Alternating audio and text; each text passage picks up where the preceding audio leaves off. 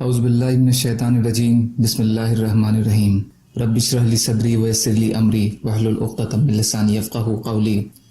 حیات الصحابہ رضی اللہ عنہم، حصہ اول، دعوت کا باب، فتح مکہ کا قصہ۔ ابو سفیان نے مسلمانوں کو دیکھ کر کہا، اے عباس، حضور صلی اللہ علیہ وسلم ان کو جس بات کا بھی حکم دیتے ہیں یہ اسی کو کرنے لگتے ہیں۔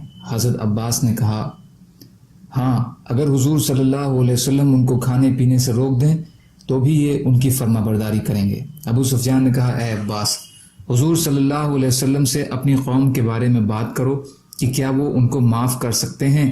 ابو سفیان کو لے کر حضرت عباس رضی اللہ تعالی عنہ حضور صلی اللہ علیہ وسلم کی خدمت میں حاضر ہوئے اور عرض کیا، یا رسول اللہ، یہ ابو سفیان ہیں۔ ابو سفیان نے کہا، میں نے اپنے معبود سے مدد مانگی اور آپ نے اپنے معبود سے مدد مانگی۔ اللہ کی قسم، اب تو یہ صاف نظر آ رہا ہے کہ آپ صلی اللہ علیہ وسلم مجھ پر غالب آ گئے ہیں۔ اگر میرے معبود سچا اور آپ کا معبود جھوٹا ہوتا تو میں آپ پر غالب آتا۔ اور اس کے بعد حضرت ابو سفیان رضی اللہ عنہ نے کلمہ شہادت اشہد ان لا الہ الا اللہ و اشہد ان محمد رسول اللہ پڑھ لیا۔ حضرت عباس نے کہا، یا رسول اللہ، میں چاہتا ہوں کہ آپ مجھے اجازت دیں، میں آپ صلی اللہ علیہ وسلم کی قوم کے پاس جاؤں اور جو مصیبت ان پر آ پڑی ہے اس سے انہیں ڈراؤں اور انہیں اللہ اور رسول کی دعوت دوں۔ حضور صلی اللہ علیہ وسلم نے ان کو اجازت دے دی۔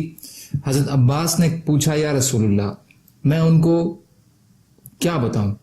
آپ مجھے ان کو امن دینے کے بارے میں ایسی صاف بات بتا دیں جس سے ان کو اطمینان ہو جائے۔ آپ نے فرمایا، ان سے کہہ دینا کہ جس نے کلمہ شہادت پڑھ لیا اسے امن ہے، اور جو ہتھیار ڈال کر کعبہ کے پاس بیٹھ گیا اسے امن ہے، جس نے اپنا دروازہ بند کر لیا اسے بھی امن ہے۔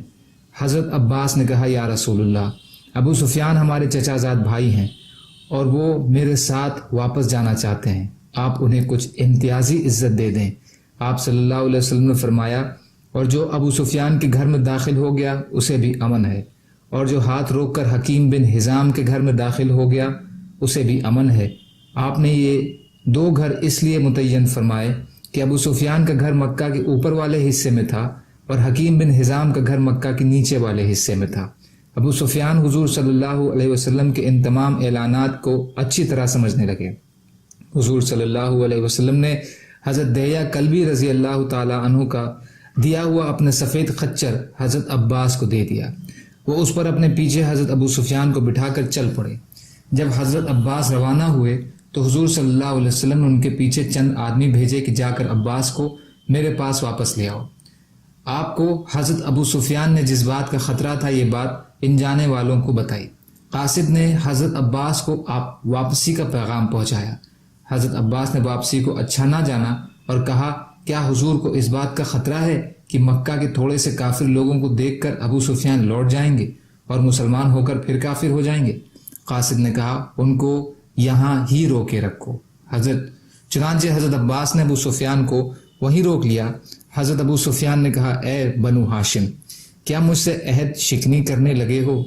سو حضرت عباس نے کہا، ہم کسی سے عہد شکنی نہیں کرتے، لیکن مجھے تم سے کچھ کام ہے۔ ابو سفیان نے کہا، کیا ہے؟ میں تمہارا کام کروں گا۔ حضرت عباس نے کہا، جب خالد بن ولید اور زبیر بن عوام آئیں گے تب تمہیں اس کام کا پتہ چل جائے گا۔ حضرت عباس مر زہران اور عراق کے پہلے تنگ گھاٹی کے کنارے ٹھہر گئے اور حضرت ابو سفیان نے حضرت عباس کی بات کو ذہن میں رکھا۔ پھر حضور صلی اللہ علیہ وسلم ایک کے بعد ایک گھوڑے سواروں کے دستے بھیجنے لگے۔ حضور نے گھوڑے سواروں کے دو حصے کر دیے تھے۔ حضرت زبیر کو آپ نے آگے بھیجا اور ان کے پیچھے اسلم اور غفار اور خزاعہ کے گھوڑے سوار تھے۔ حضرت خالد بھی اور حضرت زبیر کے ساتھ تھے۔ ابو سفیان نے کہا، اے عباس، کیا یہ رسول اللہ صلی اللہ علیہ وسلم ہے؟ حضرت عباس نے کہا، نہیں، یہ خالد بن ولید ہے۔ حضور صلی اللہ علیہ وسلم نے اپنے سے آگے انصار کے ایک دستے کے ساتھ حضرت سعد بن عبادہ کو بھیجا تھا۔ حضرت سعد نے کہا، آج کا دن خون ریزی کا دن ہے، آج کے دن حرم مکہ کی حرمت اٹھا لی جائے گی۔ پھر حضور ایمان کے دستے میں یعنی مہاجرین اور انصار کے دستے میں تشریف لائے۔ جب ابو سفیان نے اتنے بڑے مجمع کو دیکھا جس کو وہ پہچان نہیں رہے تھے تو انہوں نے کہا یا رسول اللہ آپ نے اپنی قوم پر اس جماعت کو ترجیح دے دی؟ آپ نے فرمایا یہ تمہاری قوم کے برتاؤ کا نتیجہ ہے۔ جب تم نے مجھے جھٹلایا اس وقت ان لوگوں نے میری تصدیق کی، اور جب تم نے مجھے مکہ سے نکال دیا اس وقت انہوں نے میری مدد کی۔ اور اس وقت حضور صلی اللہ علیہ وسلم کے ساتھ اقرا بن حابس اور عباس بن مرداس اور عینہ بن حسن بن بدر فزاری تھے۔ جب حضرت ابو سفیان نے ان لوگوں کو حضور صلی اللہ علیہ وسلم کے ارد گرد دیکھا تو پوچھا اے عباس یہ لوگ کون ہیں؟ انہوں نے کہا یہ نبی صلی اللہ علیہ وسلم کا دستہ ہے، یہ مہاجرین اور انصار ہیں، ان کے ساتھ سرخ موت ہے۔ حضرت ابو سفیان نے کہا اب چلو اے عباس، میں نے تو آج کے دن جیسا بڑا لشکر اور اتنی بڑی جماعت کبھی نہیں دیکھی۔ حضرت زبیر اپنے لشکر کو لے کر حزون مقام پر آ کر ٹھہر گئے۔ حضرت خالد اپنے لشکر کو لے کر مکے کے نچلے حصے کی طرف داخل ہوئے۔ ان سے بنو بکر کے کچھ آوارہ گرد لوگوں نے مقابلہ کیا۔ حضرت خالد نے ان سے لڑائی کی، اللہ نے ان کو شکست دے دی۔ ان میں سے کچھ ہزورہ مقام پر مارے گئے اور کچھ اپنے گھروں میں گھس گئے، اور جو گھڑ سوار تھے وہ خندمہ پہاڑ پر چڑھ گئے اور مسلمانوں نے ان کا پیچھا کیا۔ حضور صلی اللہ علیہ وسلم سب سے آخری میں مکہ میں داخل ہوئے اور ایک منادی نے اعلان کیا کہ جس نے اپنا ہاتھ روک کر اپنے گھر کا دروازہ بند کر لیا اسے امن ہے۔ اور حضرت سفیان نے مکے میں بلند آواز سے دعوت دی کہ اے لوگوں اسلام لے آؤ، سلامتی پالو گے۔ اور حقیقت یہ ہے کہ اللہ نے حضرت عباس کے ذریعے اہل مکہ کی حفاظت فرمائی۔ یہ سن کر حضرت ابو سفیان کی بیوی ہند بنت عتبہ نے ان کی داڑھی کو آگے پکڑ کر زور سے کہا کہ اے آل غالب اس بیوقوف بڈھے کو قتل کر دو۔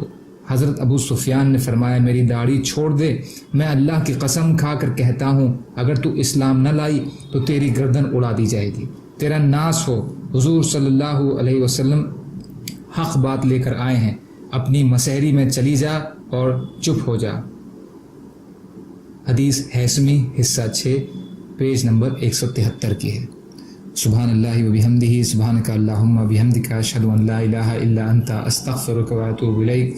سبحان ربک رب العزت عما یصفون وسلام علی المرسلین والحمد للہ رب العالمین برحمتک یا ارحم الراحمین۔ لا الہ الا اللہ محمد رسول اللہ۔